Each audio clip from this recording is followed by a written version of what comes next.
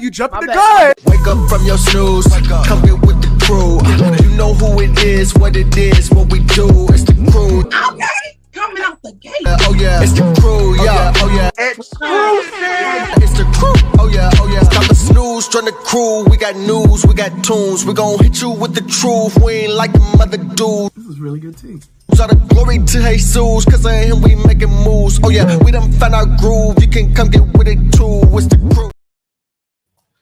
Yeah. Yo, what's good, baby? D-1 in the building. D-1 in the building, Yes, ladies and sir. gentlemen.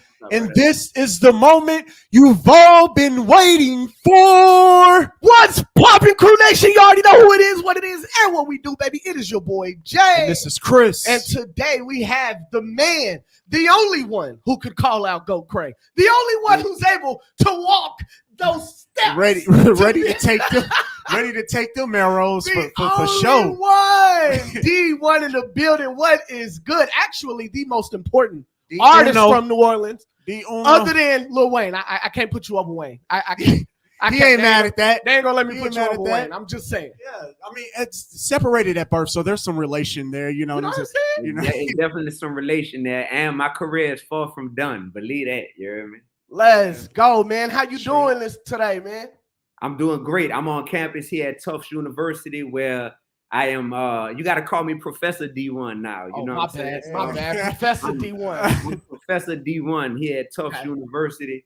So just left a student event on campus, and I'm doing great, man. I'm just getting moved in. The school year just started. You heard me? So I'm just getting moved into my office. I got some more decorating to do. I'm putting my studio in here as well. So yeah, life is great right now, man. And that's on the professional end.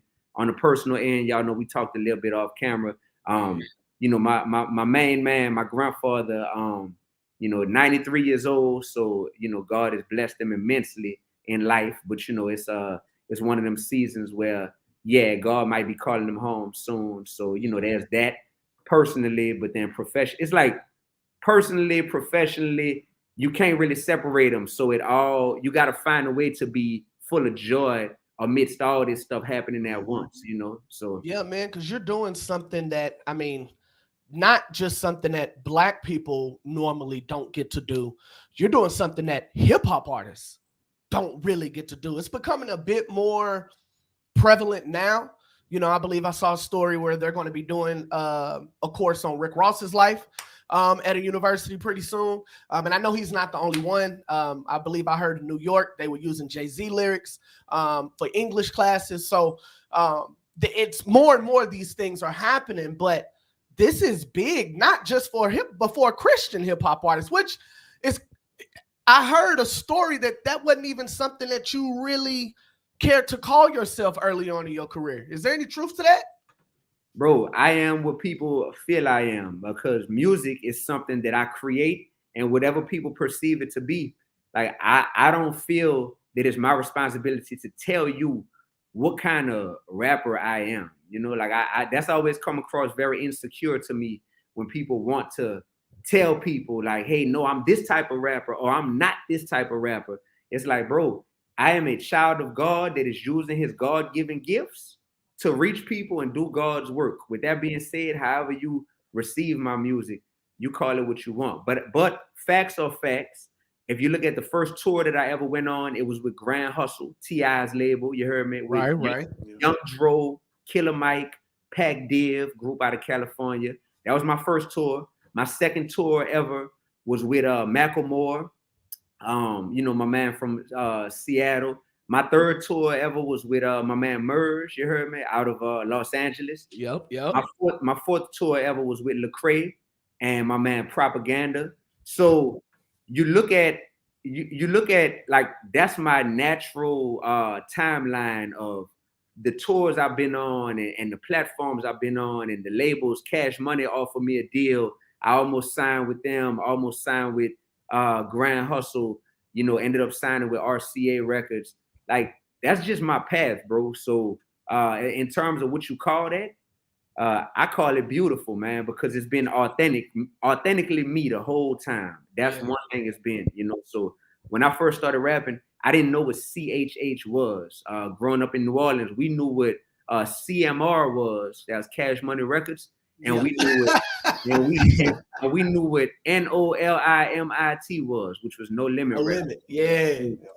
So me being the artist that I am, it's a byproduct of getting saved as a college student, going to LSU, you heard me, in Baton Rouge, Louisiana, getting saved and being like, yo, I just gave my life to Christ, but I want to be a rapper. So if I'm gonna be a rapper, but if I just gave my life to Christ, how that work? Like what that's gonna look like? And for me, it was an organic creation of like being honest about my faith, but being true to my desire to be a hip hop artist and not trying to say, how can I monetize this? It was always like, yo, I just want to be true to these gifts that I have, and I don't want to be selfish with them. So when I first started rapping, I was with Kevin Gates, I was with Lil Boosie, you know, I was with those people in Baton Rouge, Louisiana, in the same clubs as them. The only difference, fellas, is I was in them clubs rapping. I'm strapped with a pad. My pen is my gat. A mask and a vest, plus I'm dressed in all black with God by my side, so no man could harm me. This is the story of a one-man army. That was my record. Yeah. So, you feel me? Yeah, I remember that was, record. Yeah. Yeah, bro. So that was my beginnings in and I'm rapping in front of club full of cats that slugged up. You heard me? 12 at the top, 12 at the bottom, mouth full of goals, drunk, high, but I'm in there performing. And then after I started to attain some success in that world, people started being like, man, you should do that stuff at this church over here. And I was like, wait, you could rap at a church? Like, I didn't know this because I grew up Catholic. It depends, D. It depends. Right. I mean, exactly. I don't know what kind of churches you was rapping at, but it really did depend. Yeah, so I grew up Catholic, so it definitely was no rapping in the church. In Catholic, you know? No. So that's and amidst all that, I became a teacher. I was a middle school teacher. So yeah, bro, my path is so authentic and so unique that you could tell like it couldn't be made up. It wasn't like, oh, he tried to make it as a mainstream rapper and it didn't work, so he became a Christian rapper. Or, you know, he became a Christian rapper from day one, but then he decided he wanted to cross over and go mainstream one day. It was never that, bro. It's just been me being like, boy, you ever had a gun to your head before? Like, you ever felt like somebody was about to blow your brains out and you sitting there with your hands up as a college student thinking, Lord, if you allow me to make it through this moment right now, like, I'm just going to give all my time and all my talents to you. And I don't care what you call it. I don't care what the label is on it. I don't care how much money it make. I just want to dedicate my life to you in every way, shape, and form. And me sitting there and making it through that ordeal, you heard me? It just led me to where the way I live my life, like, it ain't no script to this. You know what I'm saying? A year ago, 365 days ago, I didn't know what Tufts University was. Now I'm a professor, man. You know what I'm saying? Like that's how life be working. That's crazy. Yeah, I mean, this ain't had to establish the fact that this ain't his first time around the block. You know, right. As we talk about the success of actually being there, and somebody that can attest to, you know, the same level, somewhat of the same level of success that Lecrae has had. Fact. So I do see that there is some value to your words there. So that's my whole thing. So we're just gonna jump into it. I love the fact that you gave us your background, right? Because that was kind of the thing that me and my brother was confused upon when the entire situation. So this is what we're here to talk about. Happy everything is going well, you know, as far as your professional success right now. You know what I'm saying? You're really moving. And so one of the things that we had brought forth, so the Righteous and Ratchet situation is out there right now, right? You had a conversation on a podcast where you were saying, look, I'm more pro-God than what I am pro-black. Now, obviously, we knew how Van Lathan was going to take that, right? Because we know how he moves. We know how he feels about white supremacy and the white Jesus and so on and so forth, right? So we knew that was probably going to cause a bit of an issue, right? And that's the way he brought it. He said, man, you're speaking from a white supremacist framework. What did Dee-1 mean when Dee-1 was talking about not being righteous and ratchet? I meant exactly what I said, man. Let's on the go. podcast. He named it to the camera. He ain't joking. He leaned into the camera. You leaned Okay. into the camera. Nothing. Did I stutter? If I stuttered on that podcast, then because we must be watching two different podcasts. I meant exactly what I said. And shout out to my brother Van Lathan. You heard me? I had to call him about that because he quoted me, but then he misquoted me in the quotes. You know what I'm saying? So I didn't say that being black would allow for things that weren't of God and that there might be considered this, that, or the third. I said that sometimes in the name of being pro-black, we allow for things that aren't of God, and me and Van talked, and me and Van are actually really cool, so whether or not people know that, I think that's good that you should say that because of the way that it came out, nobody knew that. But I think right. I think that needs to be said. There you go. You heard me. So people need to know that, man. And whoever watching this right now, whoever gonna watch this in the future, and all that, like y'all gonna feel the realness coming from my words and what I'm saying. Like I can't make my story up as an artist. I can't make my journey up as a man, and I can't make my thoughts or my words up. I can't, and they're on tape. So what I said on that podcast is I am and will always be more pro-God than I am pro-black. More pro-God than pro-black. Because in the words of my man Tim Ross, when you put I just did his podcast. I can't wait till that drop. I know he didn't hold back.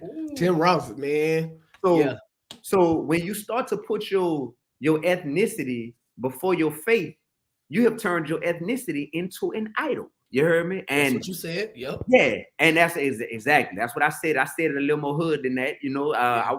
I didn't use them exact words, but I said the same thing basically. Yeah. So with that being said, my brothers, I was just like, yo, man, dude, I do so many podcasts and so many interviews that I be so busy. A lot of times I don't even go and watch my own interviews. Matter of fact, I never go watch my own interviews once they come out.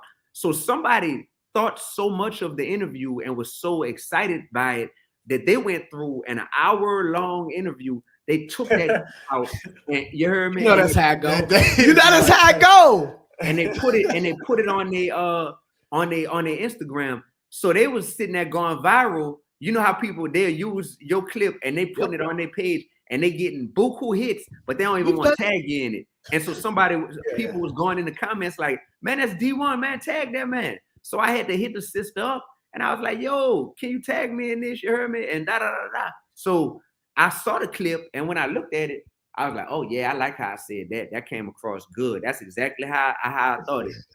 So I sit back talking about, oh, I'm gonna kill it with this one. I'm about to shut it down. Yeah. So I took the clip. You heard me? I took the clip off of her page and I kept it as is. I took the clip off her page. She had then already put the words on there and everything. I was like, man, we gonna run with this as is. So I took it and I was like, I ain't gotta ask permission. This is me, saying this. So wow, I put it on my page. The post started going crazy. You know what I mean? And 98% of people feeling it. And they're like, boy, you talking that talk. Like, that's why we rock with you, D. Like, yes, and yes. So amidst me doing that, a lot of times, bro, I'll post stuff on Instagram and I don't like to sit on this app all day. I got too much stuff to do. So I'll post something and then I'll dip, you know what I mean? And I'll go get back to my real life. And when I came back to the post, I never forget, I was in Chicago. I just did a concert in Chicago at this big block party. Me and La Russell, you heard me? Y'all know La Russell. Shout out to La Russell. Yep, out from the Bay. There you go. So me and La Russell had did a concert together, and I looked back on the post several hours later, and I was like, "Oh, they going crazy on this thing." And amidst all that, that's when I saw what Van said, and that's when I seen that like 10 hours before that, I seen that Lecrae had tagged me in something. So I'm like, what did he tag me in? So I goes and I looks on his page and I'm seeing it's basically like a response to this post that I did where I'm talking about I'm more pro-God than I am pro-black. And then I also said, I was like, man, a few years ago, I said, man, even in Christianity, man, I seen Christians talking about they righteous and ratchet. And I'm like, man, what? And at the time I had on my hoodies that said, be real, be righteous, be relevant. I had the hoodie on. And I was like, man, forget that. I said, man, well, we ain't the same. I said, because I'm real righteous and relevant. And I remember I said that as part of the clip. The main part of the clip, though, is talking about I'm more pro-God than I am pro-black.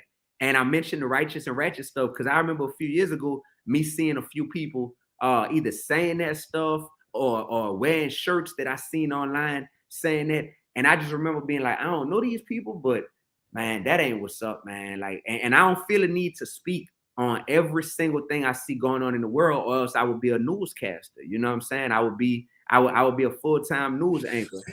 So let me ask you this, D. Let me ask you this.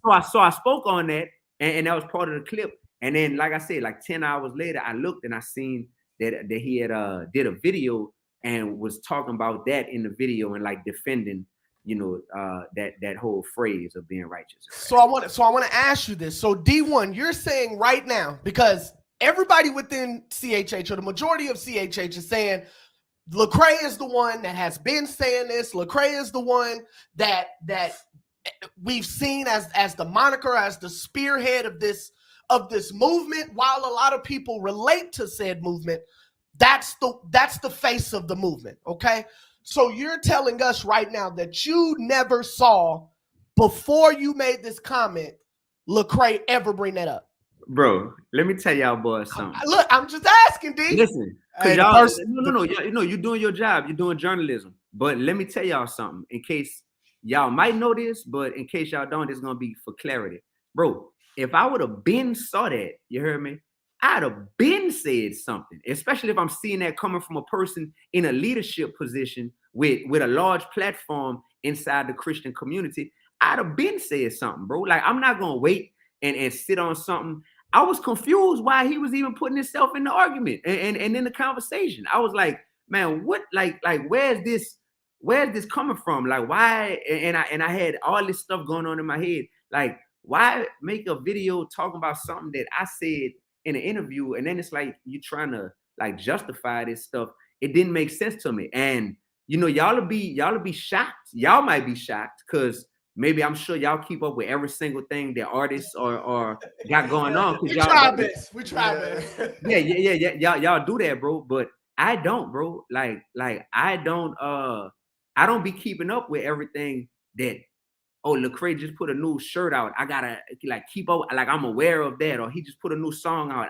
I'm always going and listening to that, so I'm aware of that. So no, I had no idea. Say, bro, if anybody got any questions about if Dee-1 like to throw subs or if Dee-1 is gonna be real, my first big song ever was called J50 and Weezy. You heard me? I remember that. You had the mask on and everything. I remember that. Man, them dudes on a whole nother level than what we talk about here. They on a whole nother level in terms of how big they are and their reach and all that type of stuff. Right. But I called them out by name, and that's when nobody knew me. So now that people really know me, it's like, bro, if I gotta say something regarding someone, I'm gonna go ahead on and say it. So when I said that in the interview, yeah, I didn't understand why that guy responded to and why I got tagged in it too. Like, why am I being? It's like I'm being tagged because you want me to see this. You know what I'm saying? Yeah. So I'm just like, huh?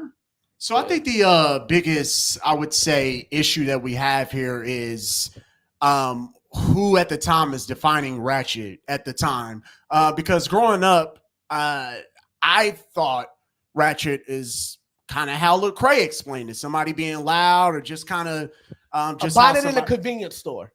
Buying it in a convenience store. So growing up, until I started watching battle rap and realized you can also use it with other things. You know what I'm saying?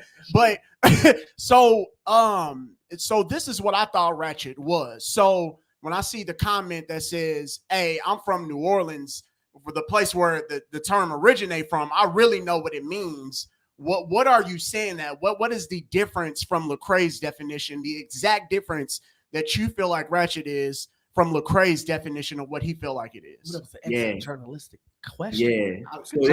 I do this. Come on, bro. That was hard, bro. So this the problem, man.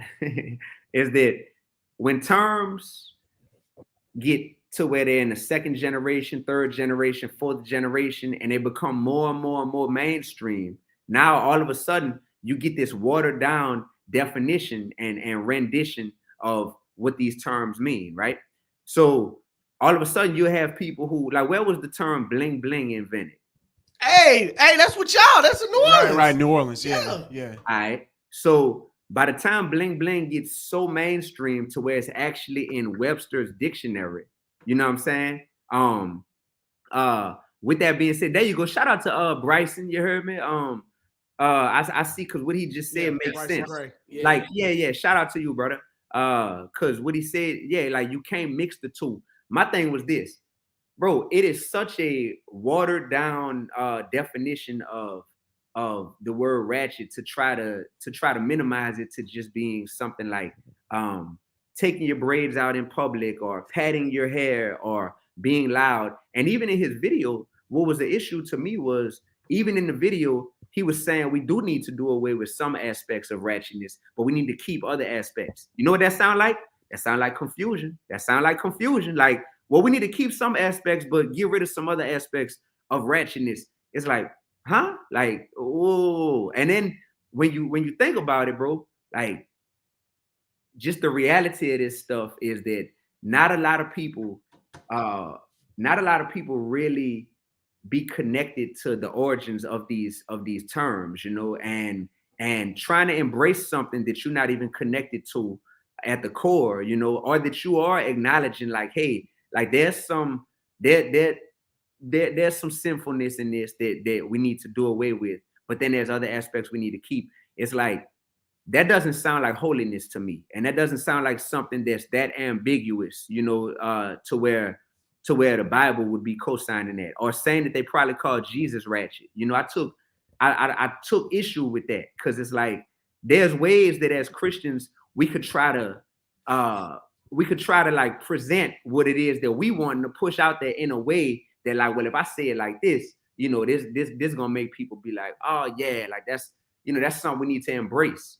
And it's just not, it's not. And when I saw that I mean, everything I'm saying right now, I'm doing an interview just because the videos have been deleted. Some of the videos have been deleted on his end. None of my videos have been deleted. So I do want to clarify this for people. But when I saw that in the comment section, he first gave me the definition of ratchet as he sees it. And some just told me in my gut, I know I'm pointing to my head, but it was in my gut. It was like, some told me in my gut, like, D, go check Wikipedia, you heard me? And I went check Wikipedia, and I was like, man, it's the same copy and paste the definition. Hey, man, come on. You didn't have to do him like that, bro. Listen, I didn't see a problem with the Wikipedia definition, because he's a college professor. He is. They allow That's Wikipedia. right. That's they right. don't That's allow right. Wikipedia That's in right. college. That's right. That's right. Okay. My So, apologies, yeah. Mr. Professor. Yeah, I'm Professor sorry. D. My apologies. So right. So in addition to that, it was just this. It was this man. They got some stuff I don't want to say and I don't want to touch on. Yeah, and I know it's better not to. But it's also a thing where, nah, it's just like, nah. Like I could just, it's just like, nah. So nah. I don't want to get away from you explaining what your definition, because I'm still trying to understand your definition, the real definition of ratchet. Right. Because if you look this up, you will get several definitions, by the way. So watch this. That's what I'm saying is, first of all, a ratchet is another word for a tool. You heard me, a gun. Second of all, and I told him this, I said, bro, ratchetness is synonymous with drugging and thugging. You heard me? Drugging and thugging, meaning you live in a lifestyle where you thugging, and whatever you want to define thugging as, that's what ratchetness is synonymous with. But also drugging, like people get on them pills, you know what I'm saying? They start popping pills. We call them jiggers, you know what I'm saying? And it's like, we about to get ratchet and everything that come along with that. It's a whole lifestyle, man. Like, listen to, you know, bro, I'm in Baton Rouge at the time when Lil Boosie and them boys from up there from Shreveport come out with Do the Ratchet. You know what I'm saying? Like, if you go look online and you want to talk about how they view females when they talk about a female being ratchet, it ain't something like, bro, you could go, and I ain't trying to pull no other artists into this, but there's artists to where you can look up like people's definition. And this is 10 years ago. This is like a long time ago of people putting content out there, artists that are huge, bro, putting content out there that's talking about being ratchet and all that. So it shows a level of just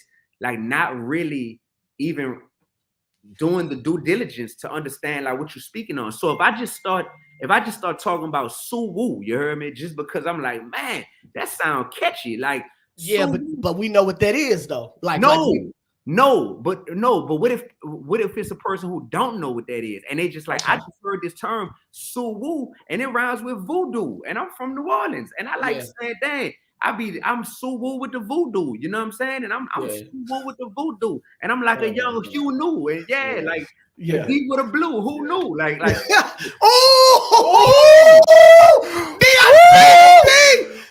bars. I see you, bro. So it was easy. That was easy. That was easy, bro. Yeah. So, new album, Uno, dropping Friday. September 8th. Yes, sir. Hey, look. If my guy can, as he's deleting the videos, tell us that there's a 20% off sale on his site, then you definitely in the middle of this promote your project. Let's go. Look, I'm giving y'all, all I know is 100 or nothing. That's all I know. So it ain't like, oh man, I'm gonna only say this on y'all platform. Now, out of respect for some things that don't need to be said, cool. But in terms of like stuff that I know that's coming directly from me, it's gonna be 100 or nothing. So if I'm gonna talk to y'all, I'm gonna keep it real with y'all. Here's the difference with that, bro. Me having an album coming out, man, my album was coming out on September 8th, way before I did that interview that I mentioned, being pro-black and pro-God and all that stuff. That was already coming out. You know what I'm saying? Me having a children's book, this was already out. You know what I'm saying? So me seeming like amidst all this, well, D, you trying to push products and all that. No, bro, these are products that like, this is stuff that's disconnected from this issue. I'm not saying right now, like, I'm not doing a special run to be like, yo, let me hurry up and capitalize on this issue, you know, right now. Like, that's just but that's a smart, I mean, in not in your case, but in most cases, that would be a smart business move, D1. Let's not act like it wouldn't be. Okay, so we got to ask ourselves, exactly, are we putting business before ministry, or are we putting ministry before business? I understood, and you made that very clear, right? I'm just saying, someone in this situation that's not in this specific situation, right? If it was anything else, what they would do is they would take this and they would promote. Now, I get why you would say, hey, let me go ahead and put it out there. That's not what I'm doing, because you know that's what they're going to run with, right? He got an album coming out, so and that's why people need to, that's why I don't mind long form content like this. Matter of fact, I'm supposed to be doing this Bible study in like 15 minutes, but I'm gonna just have to catch it later because this long form content is important because fans will get a 1 minute snippet of whatever y'all post on Instagram or whatever I post or whatever they heard, and then they go to drawing a conclusion from there. Man, I don't rock with Dee-1 no more because of this, or man, I don't like da. And I'm just like, bro, we could go as deep as people want with this because I know my heart behind this whole thing. So anything I'm saying is like I could back this up to the fullest. So when we talking about monetizing them as articulating, well, man, here's I honestly get a sense, you know, who said should be more like him. He feel, hey man, just keep going, D. Don't even keep going. Don't just keep going. Don't bite off. I mean, if you want to, go ahead, but just keep going. I'm gonna say this. I'm gonna just say this. Like business wise, I was a business major in college, bro. So in terms of marketing and wanting to monetize a moment and all that, man, I know they taught us that stuff way back in undergrad, man. Like I get that. But at the end of the day, number one, I'm here doing God's work. And number two, man, my pockets is far from hurting. By the grace of God, I say that humbly. But because of that, you got to ask yourself, like, what does it look like? What do the optics look like if I try to monetize this moment? What do those optics look like? You know what I'm saying? Like those. So is that our biggest issue? Is that the biggest issue? Not necessarily the I love to listen to I can quote Deuteronomy and Drake, not necessarily the actual ability to be able to quote, Fabio Foreign and Philippians. Your issue is You know what I trust me, I got a whole bunch of tweets lined up for this. But not only is your issue the optics, the people who may not be as strong as Lecrae is, or may not be as well versed in scripture as Lecrae is, seeing this and saying, "Oh, it's okay for me to listen to WAP and worship and praise." Is that he went there. Is that? I mean, but for real though, is that the issue? The optics of it? Absolutely not. No. Okay. The optics is the whole like seeing that on a shirt, the whole righteous and ratchet. I'm like, bro, that has the potential to make people who are fully living in their ratchetness be like, bet. So it's okay for me to still just sit here and live in this, long as I call my grandpa and check on him and do something nice, or show up at church on Sunday. Like, it's cool to live here in this ratchetness and go do some righteous things as well. Like it's okay for the two to coexist. And that's my thing, is like, if there's a word, for example, this was brought up in his comment at first, and then the video, he deleted the video, but he likened it to the N-word. You know what I'm saying? It's saying, well, depending on who you're talking to, the N-word got a different da-da-da-da. But guess what? As artists, boy, you better believe that they got so many artists who say the N-word in their personal life, but then when they get on their public platforms, you heard me, they intentionally don't say the N-word. And I'm talking about Christian artists. And you know what? It's like, well, trust me, I've talked to him. I know him. Yeah. There you go. We're one of them. Right. No. We say it on our platform. Well, that's true. That's true. Okay. But go ahead, Dee-1. Yeah. See all that ratchetness, man. I gotta come to OKC. There you go. Hold on. He's getting it. Wait, He's getting it. He understands. We got to convert. That's it. End of the interview. It's over. Thank you for coming, It's Dee-1. over. Hey, man, you already know who it is now. Wow. Look, so watch this. So because of that, bro, I'm just like, people use that level of diligence in terms of saying, well, I be saying this in my personal life, but I'm not gonna get on my public platform and promote this or say this in my songs or make shirts that say this on it. So to try to use the N-word and say, oh, it's similar to the word ratchet, you know, depending on who's saying it, they might have a different definition of the word. But despite that, knowing that the word can be that controversial, and knowing that you were not at the origin of the word, you were third, fourth, fifth generation in terms of being introduced to the word. And this is him telling me this, you know, and I'm like appreciating, I'm like, bet, like I appreciate being able to acknowledge that, like, yeah, like I'm a little out of touch when it comes to that. And I wasn't there, you know, at the beginning or even near the beginning of that word and all the different, you know, definitions that could come along with it. So saying that and then acknowledging all that, that doesn't even understand that act of self-awareness, you know, doesn't even come out if this type of behavior is never unchecked. So that's why for all the people who might want to criticize me, I'm not here for everybody to like me, man. You know what I'm saying? I'm doing this for an audience of one, literally. The fact that I got so many fans all across the world and all that, that's just lanyard. You heard me? That's just bonus, man. I'm not here trying to impress none of y'all. You know what I mean? I love y'all, but I'm not trying to do it for that. So me saying that, it was just because, oh no, man, like no, like that's too ambiguous, and that could be misleading to people just looking at that from afar and being like righteous and ratchet. Oh, word, like they go together. Oh, I could quote Cardi B in Corinthians. Oh, word, that could go together. And it's just like, and there's a level, you know what I'm saying, of things that people, you know, like I said, everything ain't for public conversation. So let me ask you this then, Dee-1. What's up? What was that conversation like? Well, actually, I'm gonna go back to that because I really want to know your mind on this. Y'all have the conversation, and then you see a merch drop. What goes through Dee-1's head? What goes? Listen, what goes through Dee-1? This is the highlight of the interview. I want to know. I forgot about this one, sir. Yeah. I forgot about this. I want to know what the conversation like what the conversation was. You don't have to give us all the detail, but I kind of want to know the gist of the conversation. But then you have that, you walk away from it, yeah, and then you see the merch drop. What goes through Dee-1's head? So they got some parts for out of respect for you know, for me and Lecrae's conversations that I won't mention right now. There's some elements of it that I won't mention right now.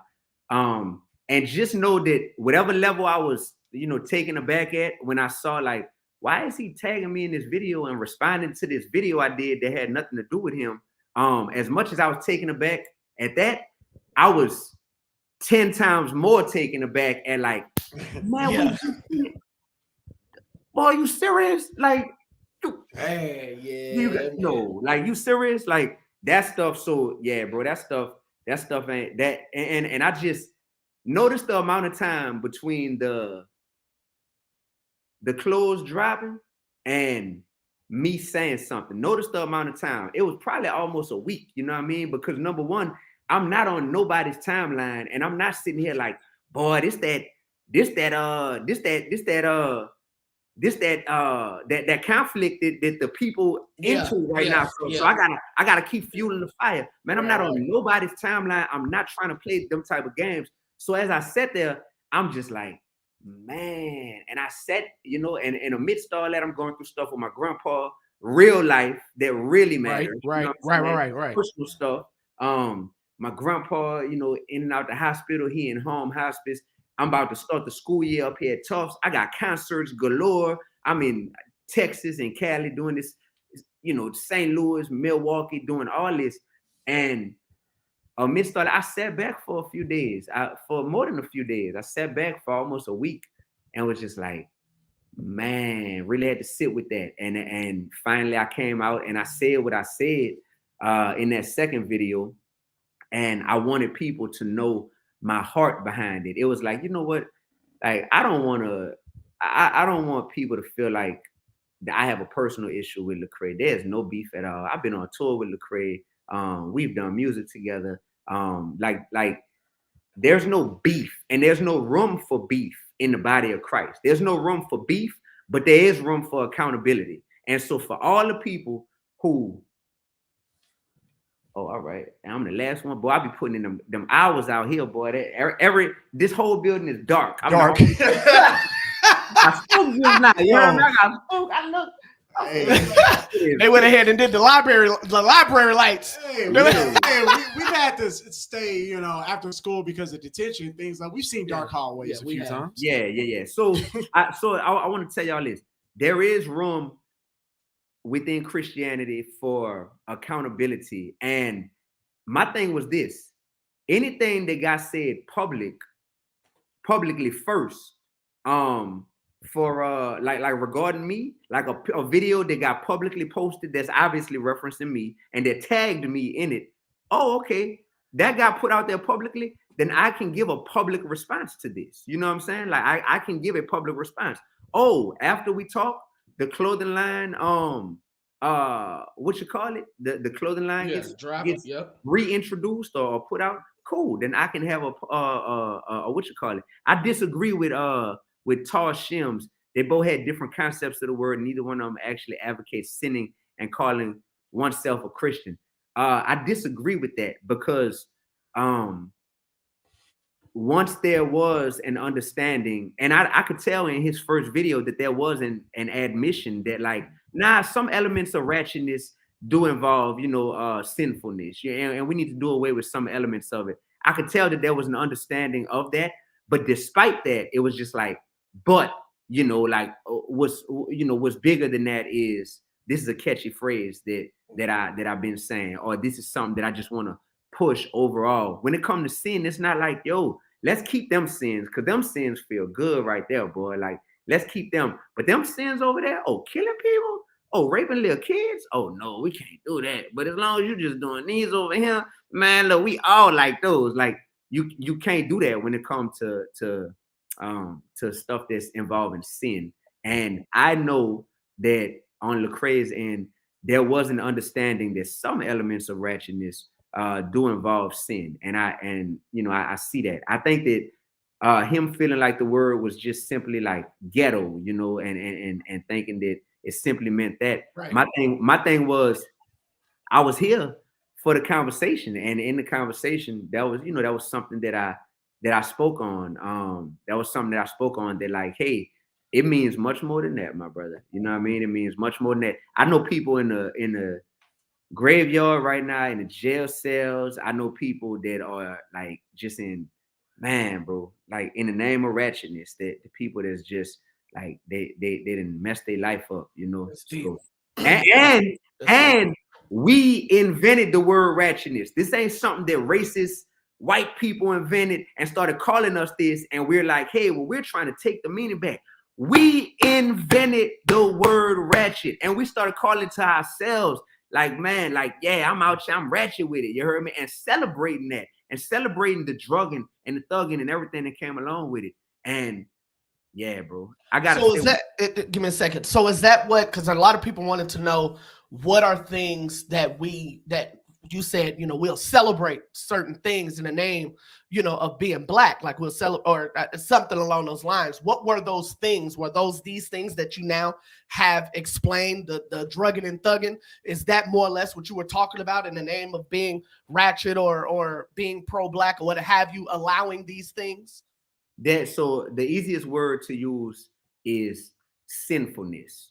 There is sinfulness that in the name of being pro-God, that we should make no room for sin. Like that don't need to be all the way shut and locked. Like we're not making room for any sinfulness in the name of God, right? But in the name of anything else, in the name of hip hop, in the name of any other subculture in this world that you can think of, oftentimes there is room made for things that are considered sinful, but that particular, think about in the name of hip hop, bro. We all like talk about having this loyalty to hip hop culture. Man, I am not loyal to hip hop culture because hip hop culture don't even know what the heck it stands for and doesn't stand for. Yep. So I just recognize that. Like even in the name of being pro-black, bro, like in the name of being pro-black, it's like, what does that mean? Because there's people that'll be pro-black, but look how they treating women. You know what I'm saying? Like it's being pro-black, but it's treating women, black women, so disrespectful. You know what I'm saying? Or if it's being pro-black, but if it's like, hey, because we're pro-black, we finna sit here and be disrespectful towards white people because we're pro-black. It's like, no, that's not a reason to say, okay, it makes it okay to do this, or it makes it okay to do that in the name of this. So it's a very fine line that we walk, but the road is narrow for us believers. The road is supposed to be narrow. It's not supposed to be easy or comfortable. And we are supposed to be set apart. So those of us who want to be in hip hop culture, here we go. Those of us who are in hip hop culture and want to be maybe accepted by the masses and by mainstream, and who want to be accepted by anything, we got to make sure that our desire to be accepted doesn't make room for behaviors and thought patterns and things that are not of God in the name of trying to relate or trying to be seen as cool or relatable by this group or by that group. And that's just something that we got to keep in mind. That's something that y'all got to keep in mind. Like, yeah, y'all want, come on, man, let's keep it gangster. Don't talk to us, bro. Listen, y'all want views, y'all want followers. I feel absolutely. That. So if no arguments there.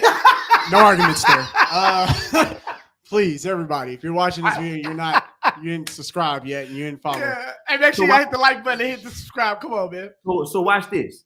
In the name of wanting them views and them likes, if my man Jay want to take his shirt off and be out, you know that's what we're gonna do. That's what we're gonna do. Okay. I thought we was better than that, bro.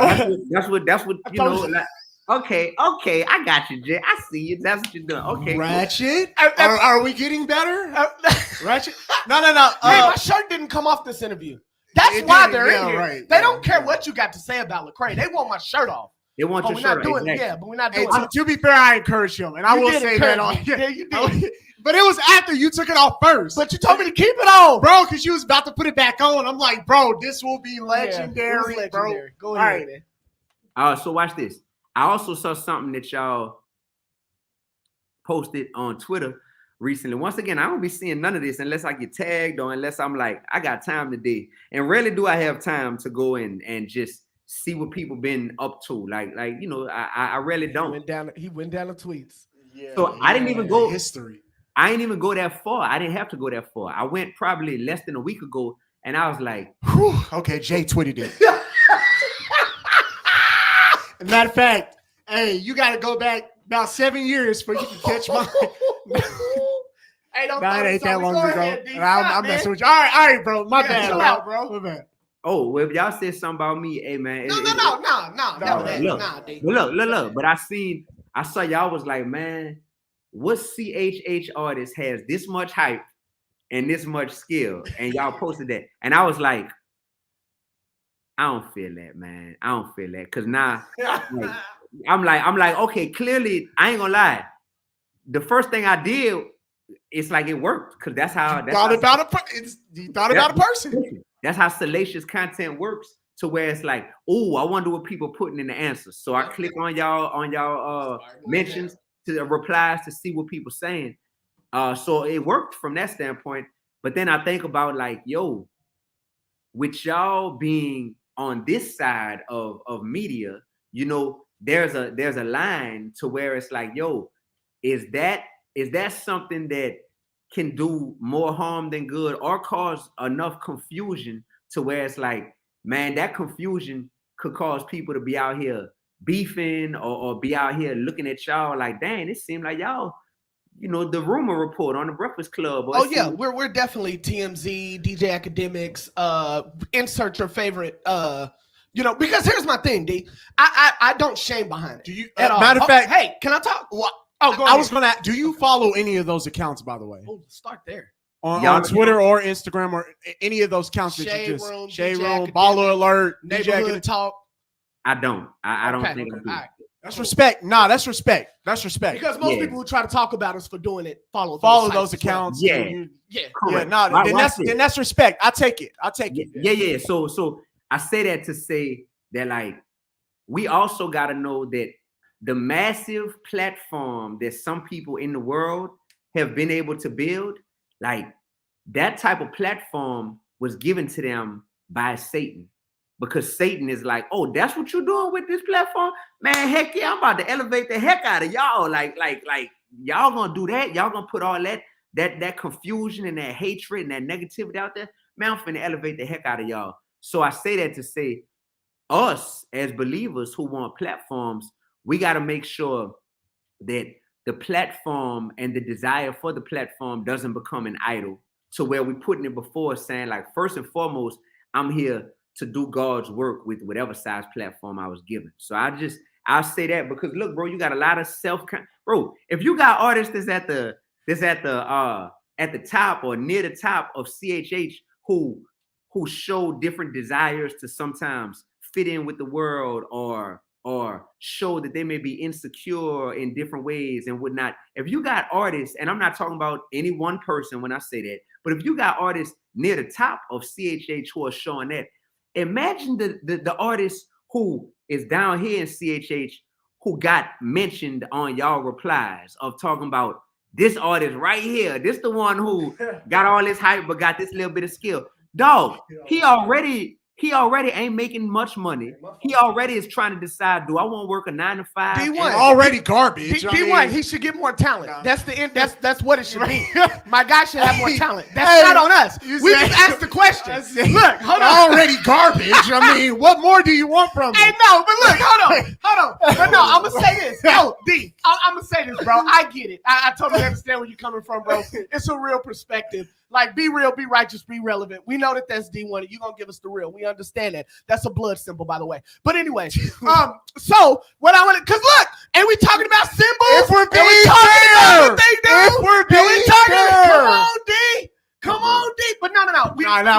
I'm just messing with you, bro. But as far as what we do and why we do it, we do love hip-hop culture. And I personally try to play it down the middle as much as I can. I do love Cardi B and Corinthians. It's just what it is. And I'm not going to act as if that's not my reality. My other thing is I'm going to put it out in the public because you're not about to catch me at Flavor Fest and accidentally hear me say nigga and then be like, oh, I thought you were a Christian media platform. You're not going to do that because I say it like now. You see what I'm saying? These posts that we make while they are engaging, I don't think twice about them. They're not necessarily they're not never against anybody. You know what I'm saying? These are things that we see Christian hip hop artists already engage in. So at that point, why not get it from a place that actually likes Christian hip hop? Yeah, we have what some would call, I'm kind of afraid to use the word now, but ratchet, right? Mm-hmm. But it's us. It's us all the time. We go to church, you know what I'm saying? We listen, we try to become more like Christ. We are working to be better people, right?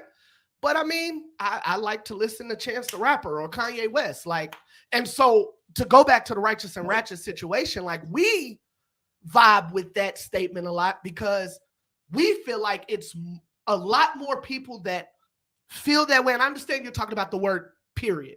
Yeah. So maybe the word should have been pure definition. Right. Maybe something else should have been used.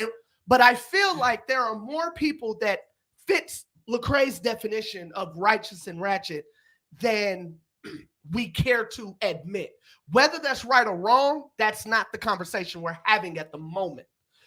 What I'm saying is that when we post our content, when we do the things that we do, if I do jump on here and take our shirt off, man, we're just having a good time, and we just happen to like to push to our audience Christian hip-hop rappers. That's the reason why go ahead. All right. So, yes, I'm glad you brought that point up about, I saw a comment that y'all made recently about y'all feeling like, hey, there's more Christians out there who kind of exist in that state of saying, you know, like, I'm righteous and I'm ratchet. And my thing is, we have to ask ourselves, are we complicit with how things currently are, or is the goal to try to move in a certain direction? Because everything that gets put out there in life, think about it with a girl. If this your old lady and y'all 13, 14 years old, and it's the first time y'all ever hanging out by yourselves, and y'all kiss each other on the lips, right? That first time. So y'all kiss each other. That's your first kiss. You like, man, me and my old lady, we kissed each other, bam, bam, bam. Then 2 days later, y'all hang out again. And now it's like, all right, so we kissed each other on the lips last time. Are we just gonna like keep doing that and stop there? Or no, not at all. It goes further than that. Yeah, I hear you. Yeah. There you go. Now, because of that, my thing is like, if we are allowing for something in this culture, you know, as believers, as followers of Christ, if we are allowing for something to exist in this culture, like saying it's okay to be righteous and ratchet, then what is the next step after that? What does that then lead to? You know what I'm saying? Like, We ain't got there yet.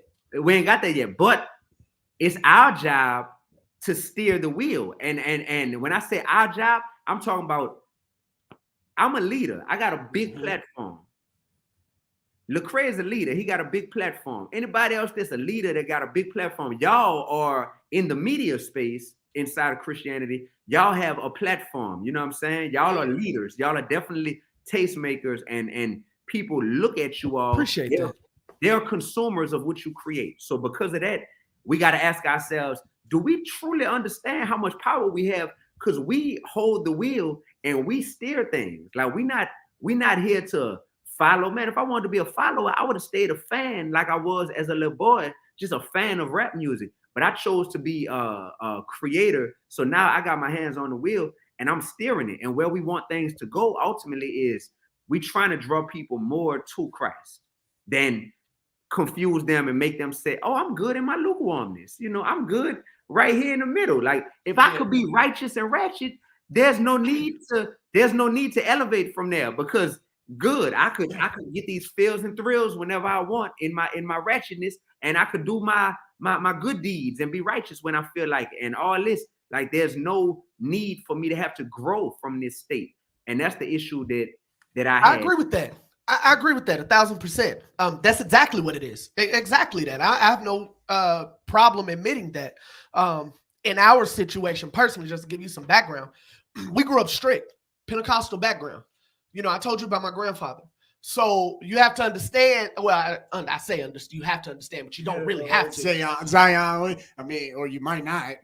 But this team eliminated me last but year. being in that situation and still being exposed to hip hop, the 2000s is our golden era of hip hop. While the 90s are the golden era of hip hop, we recognize the 2000s because that was our teenage years, right? So we didn't go to private school. A lot of Christians who grew up like we did got to go to private Christian schools. They didn't get exposed to real life. That's not our story. You know what I'm saying? We was hanging out, in the streets a lot. You know what I'm saying? But we were also in church, and we like to let people know, like, we're regular, not weird, because there's a connotation that comes with, oh, they're Christians, they do this, or they think this, or they whatever. I understand that if that's what they want to think, whatever, but that's how we were. We were there. And I like to speak to those people when we talk. Like this conversation right here that we're having, where you're clarifying ratchetness and how we can't, allow for that in the kingdom. We're talking to those people that believe that you can be righteous and ratchet. And from a perspective like yours, D1, we get a clarity and a better vision of that. I'm not going to lie, bro. We talked on the phone 2 days ago. And what did I say? D1, you bringing this up has allowed me to look at myself and look at the way that I view things, right? It's and I had took my shirt off before that conversation, by the way. But it's a fact. But I'm not going to get on here because I love the people that do rock with us. You thought you pulled on Lecrae. Yeah. No, it wasn't nothing like that. Like, you know what I'm saying? I love the people that rock with us, and I love the people that we speak to that I don't ever want to come off as if I don't understand. You know what I mean? Mm-hmm. And so I just try to be authentically myself, no matter where you see me. Man, and it's so great. I love that God allows my brain to work like this. Number one, I enjoy talking to people and I enjoy listening to people probably more than I love speaking, because when you listen to people, this is me listening to Lecrae. This is me listening to you all speak right now. This is me listening to other people. You start to see patterns, and I was a math teacher, so I started to see like patterns and whatnot in my brain. And one thing that a lot of people in Christianity seem to have in common is when they feel like their childhood was synonymous with some level of them being held back, or them being sheltered. There you go. Sheltered. Yep. Yes. Now you're seeing in adulthood a desire to want to like be your authentic self, so much so. Yeah, so much so that it can sometimes come across like, whoa, like you're doing a little too much, my guy. Like a little too much, bro. Like we know what, you just know what authenticity feels like when you are being authentic. And one thing with me is I didn't grow up in that sheltered background. I didn't grow up super strict. Nobody in my family was a pastor or anything like that. I really grew up in the streets just with mama and daddy at home. So it was like this perfect balance. I had no rules, bro. Not one rule. I'm talking about not one. Be inside by this time. Don't hang out over there. Don't hang out with them. None of that stuff. But at the same time, I saw functionality inside my household. So what it has done is just allowed me to be very, very comfortable in my own skin. And I was never a person who craved acceptance from others. So I was always popular in school and always well liked and well received. So because of that, like I have no desire to have to go above and beyond to make anybody like accept me. And what I see is that when we are in leadership positions, or we're carrying these things from childhood to where, hey, you're really still just that grown little boy who wants to be able to like be his full self and not have mama or grandma saying, you ain't allowed to do that. Put that shirt on. Don't say that. Don't wear that. And you're seeing people who are doing that type of stuff in adulthood. Yeah.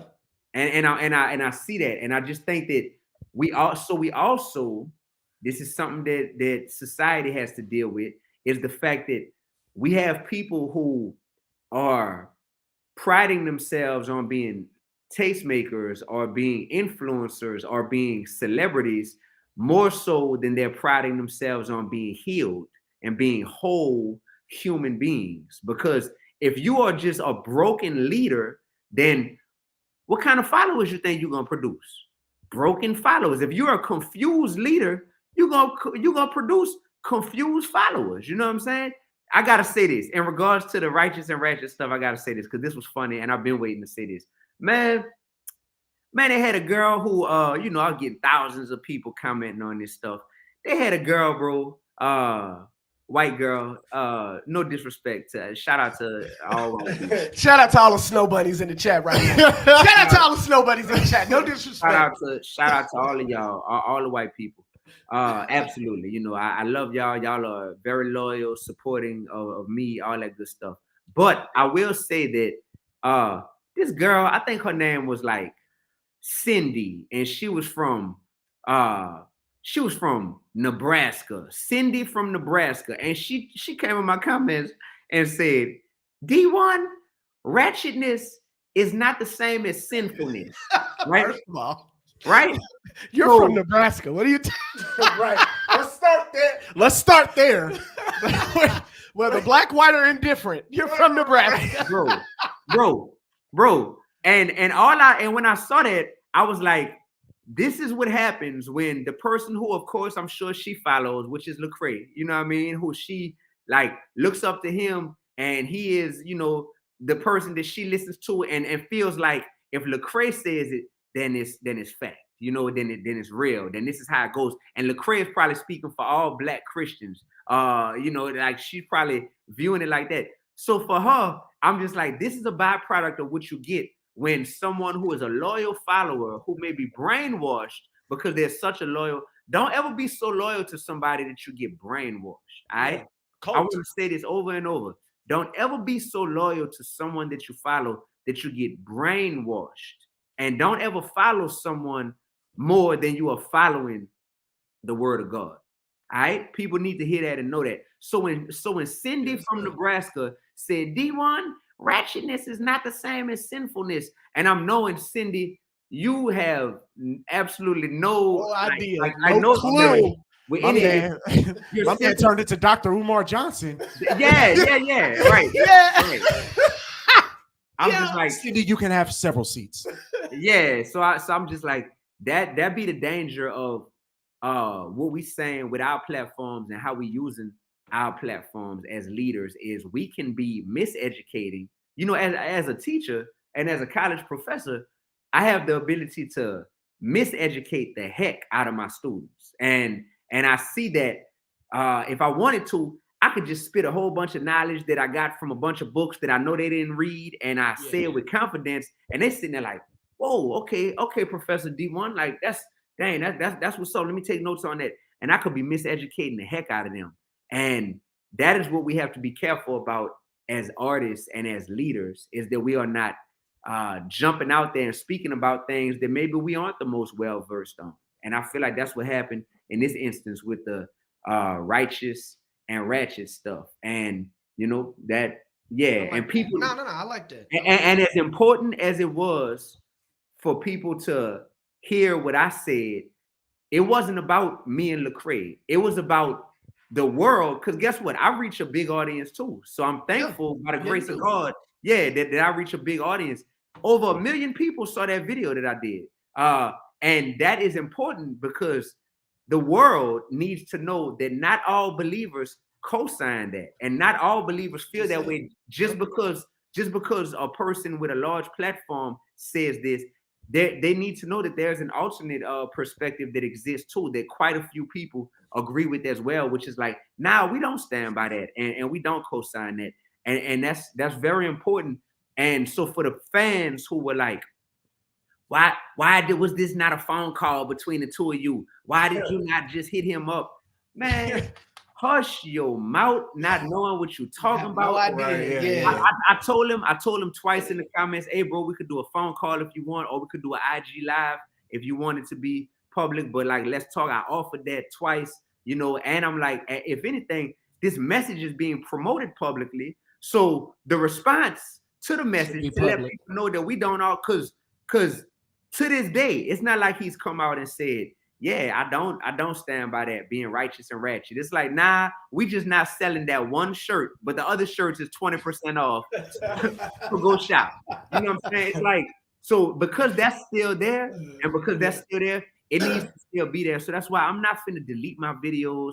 I'm not finna feel bad about publicly coming out. Hopefully you could see the spirit in my videos to see that D is passionate, but D is not coming from a place of no hatred or nothing like that. Like what we look like hating. I actually had to defend him in the comments because some people was like, yeah, I don't even think he a Christian at this point in life, and da da da. And I was like, I you know, stop. Like, right. That's not what it is. I know that there's some other stuff at work there, but that's one thing that I don't question is if he truly loves God and all that type of stuff. But as far as the other stuff, that like, yeah, like I'm not on my watch. Like I'm not gonna allow that to happen. Let me ask you this, D. When you came, there were a lot of people who caught offense to you calling them lukewarm. You saying that, and you didn't really call him lukewarm. You said you're sounding lukewarm. Let me make sure I make it clear. You were saying, I know you have a desire to fit in with the culture. It seems like that's what a lot of people latched on to. What does Dee-1 say back to that? What the people had an issue with me saying? They had an issue with you said, you're coming across very lukewarm right now. Well, and suburban. They had a problem with you saying that too. Okay. All right, let's talk about all three. Yeah. Number one, you're coming across very lukewarm right now. That is something to where if you are promoting being righteous and ratchet, and with me saying like, yo, the word ratchet is not just this watered down, you know, definition that was just being given. Like it's more than that, you know what I mean? And I feel like you know that it's more than that because I read between the lines. And if we're saying that some elements of ratchetness need to be done away with, but then some need to be kept, it's like you're knowing that there's some elements to this stuff that ain't cool and that ain't what's up in God's eyes. So what is that? If we're trying to say I want to be on fire, but then I want to be like, hey, I want to go on and allow for this, you know, on fire, but allow for this, which includes sinfulness. On fire, but allow for this.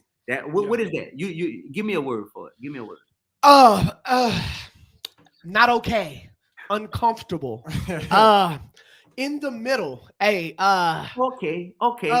Yeah, I'm gonna say everything but the word he's looking for. Okay, right. Yeah, every point around. Yeah. I hear you. I hear you, bro. I hear you. So that's why I said that. Number two, I believe you brought up I know you have a desire to fit in with the culture. Yeah. I mean, do y'all disagree with that? Do y'all look at the past 10, 12 years? So I'll tell you this. Personally, you can give your own opinion. Personally, from the outside looking in, I haven't been on tour with Cray, right? The reason we ride for Cray as much as we do is because he spoke to who we are. As you can tell, as we've had this conversation, you understand that we agree, right? Because that kind of matches what we present, right? So with that being said, I've never looked at it like Cray had a desire to fit in with culture.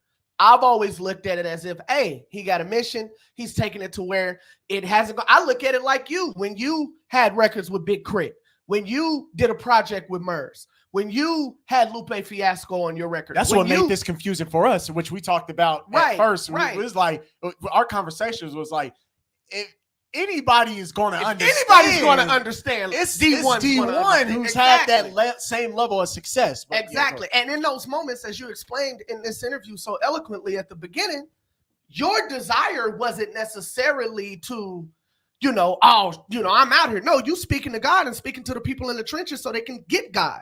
And the only way that you could do that at such a large scale was meet them where they were, right? Be on tour with Cash Money, right? So, or even T.I. and Hustle Grand.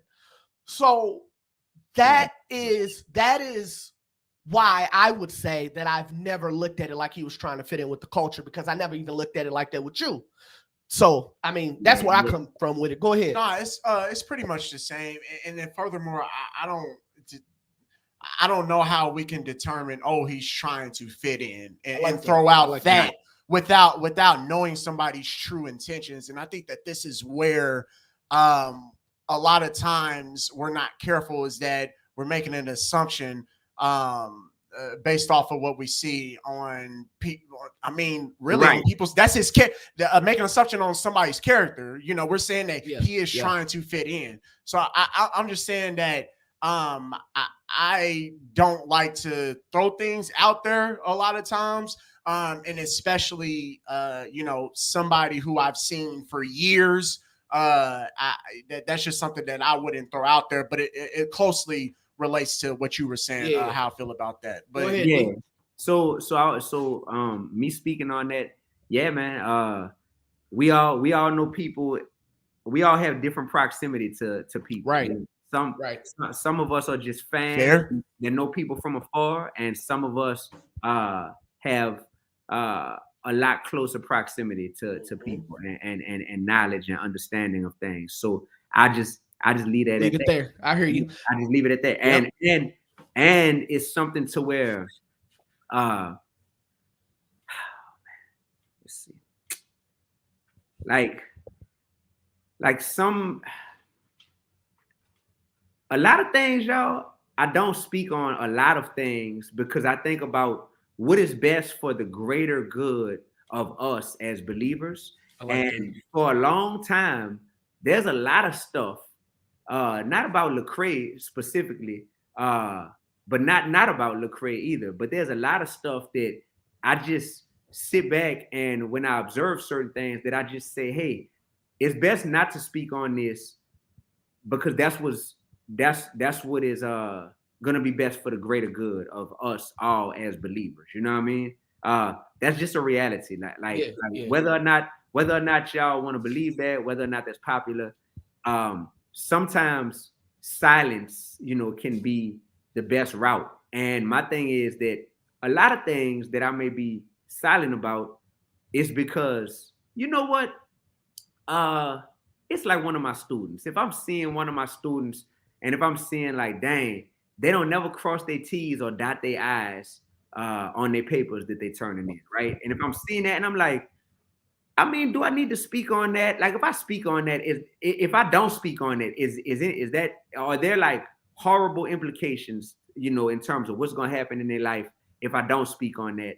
And sometimes it's like, nah, they'll be okay. Like most of the work is done on a computer anyway. I just notice that they don't cross their T's and dot their I's. Like it'll be okay. But there's other things to where it's like, oh, wait.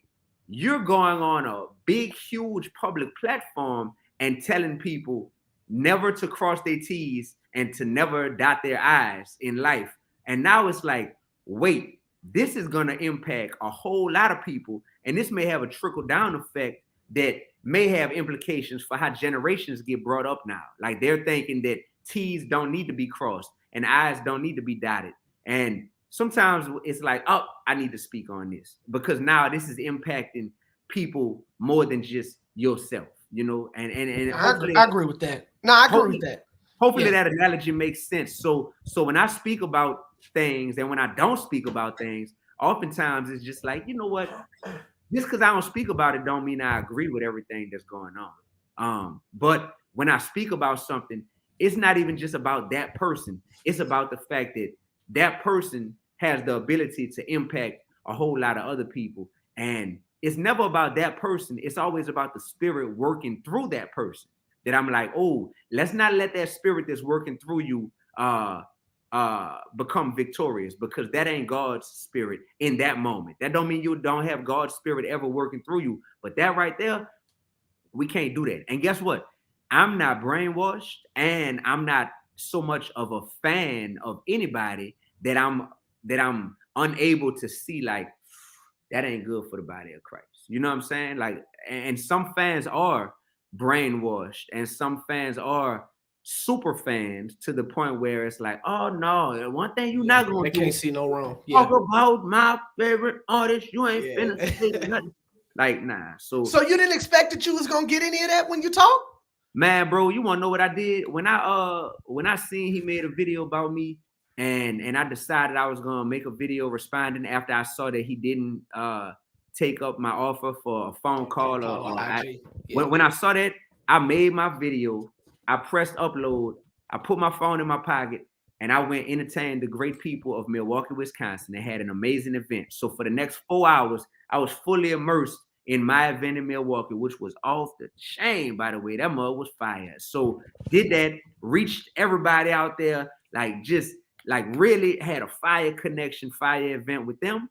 And then I came back to my phone and I was like, oh, wow, my battery almost dead from all these notifications, that I'm getting. Yeah. But it wasn't like I'm about to post this and I'm about to sit here and I'm gonna nah, bro, let it. And you brought up something third that I wanted to speak to. You brought up lukewarm. You brought up him being suburban. I was suburban. Was it the suburban one? Yeah, suburban. Yeah. I said you sounding real suburban right now, and the reason why, See, I mixed the two, lukewarm and suburban. I said he said suburban. Lukewarm. Go ahead. Yeah. So the reason why I said that is partially because when he did his video, he was like, I'm walking through a suburban neighborhood right now, and I'm taking my braids out of my head, so people probably calling me ratchet. And I was just like, man, that's why I referenced suburban. You know what I mean? And another reason also, though, was because when I see people, I was gonna say the Wikipedia post. Yeah, I thought that was what really, set it off. Yeah, when I see people who are typically trying to speak on something that they aren't personally connected to, it's typically people that are, especially something that was birthed in urban culture. You know what I mean? Birthed in the streets. But I see people that's trying to speak on it and they're not really connected to it. They're typically suburban people, and that's just real. So no disrespect to suburban people at all. No disrespect to suburban people. But as a suburban person, if they're trying to speak on something that was birthed in the streets or something of that nature, or just something that they disconnected to, I feel like you have a right to tell a person like that, like, yo, like, you suburban, like this come from the trenches, from the inner cities, you know what I'm saying? And I'm not saying that he's suburban. I was like, you're sounding real suburban when the justification for what you're pushing out here to the masses, what you're pushing out here is being pushed based on a definition that is coming from Wikipedia, So we're gonna go ahead and get you out of here, man, with this. It's been a fire interview, first and foremost, D. It's one for the books, man. real. I'm happy that you were completely honest, bro. The way, we've met you in person a couple times, but the way that you come across on camera, I let everybody know that this is you all the time. You know what I'm saying? You don't matter the platform. You don't care the platform you're on. You don't care where you at.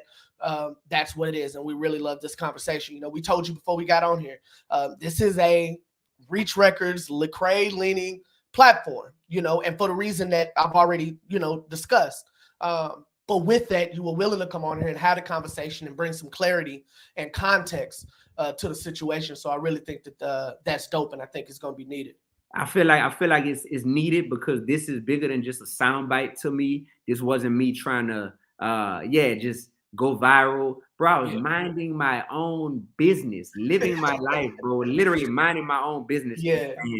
And with that being said, I thank y'all. I thank y'all because if y'all been doing this for as many years as y'all have, y'all are clearly serious about this. And I just want to implore you all to know the power that you have. Y'all are people with your hands on the steering wheel, and you are literally in a position to shape and shift the way that people view their Christian walk. So be mindful of that, and be mindful of the fact that you all need to keep growing, just like I need to keep growing, just like Lecrae needs to keep growing. So with that being said, accountability, whether it's done in private, whether it's you all just talking amongst one another, whether it's happening publicly, these are all opportunities for growth. And I want to stress to everyone that I have no beef with Lecrae. I have no hatred towards Lecrae, any of that stuff. whatsoever, man. Like, I don't know how long I got down here on this earth. And while I'm down here, I'm literally just trying to make God proud. And I'm trying to be a good steward of the massive platform that I've been blessed with. So we are getting a Dear Mr. Christian part 2. Damn.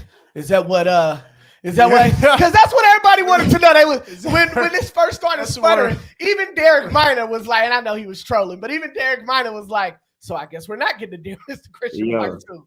I'm gonna tell y'all this. I was looking in y'all comment section on that same post, and somebody was like, did anyone else notice that Dee-1's name isn't listed? Yeah, that was crazy. Is that real? Hold on, let me know. No, I don't know. No, I don't know. I haven't checked it, but I did see bro say that. He said your real name is actually there, but your artist name isn't. But apparently it's like that everywhere else. But apparently it's right everywhere else. Matter of fact, I'm about to check Apple Music. I think he said it was on Spotify though. Yeah, he said it was on Spotify. Yeah. And I don't have Spotify. Check that, because I'm like, man, that's crazy if that's the case. Yeah. Hold on, I'm about to look it up right now. Yeah. Dear Mr. Christian. Yep, on Apple Music, Dear Mr. Christian featuring Lecrae. That's it. Now hold on, where the credits at? I forgot Lecrae was on this song. Did you really? Yes. And you know Dee-1 had the best verse. Because Dee-1, because Dee-1, yeah. I'm on that chronic, higher than the comic. Comic, drink it till I put that on my arm, put that on my face. Yeah, thanks. Yeah, bro. No, your name. As I don't know if you got to jump on Apple Music, but as I look at it right now, I don't know if you could hold on. There you go. I don't know if you can see it. That's featuring Lecrae. Wow. Dear Mr. Christian featuring Lecrae. Now, whether or not you're actually off the record as well, I don't know. I'm probably not. Matter of fact, I'm about to make a call right now and find out who did that and what's up with that. Cause see, I don't want to say crazy. Hey, I don't that's crazy. I don't want to say nothing. I don't want. Like I don't want to presume. Like, oh, this what that might mean. Or get into some business. Yeah, well, I didn't know. Like I said, I didn't know. They did say it in the comments. And so this is the first time we've seen it. Even when they said it in the comments, I'm like, well, that's not worth even, talking about. Right, but with us bringing it up, and I looked it up on Apple Music. Yeah, you're not there. I'm gonna hit y'all. Now, maybe you're on the record. Watch this. Yeah, I'm probably on the record.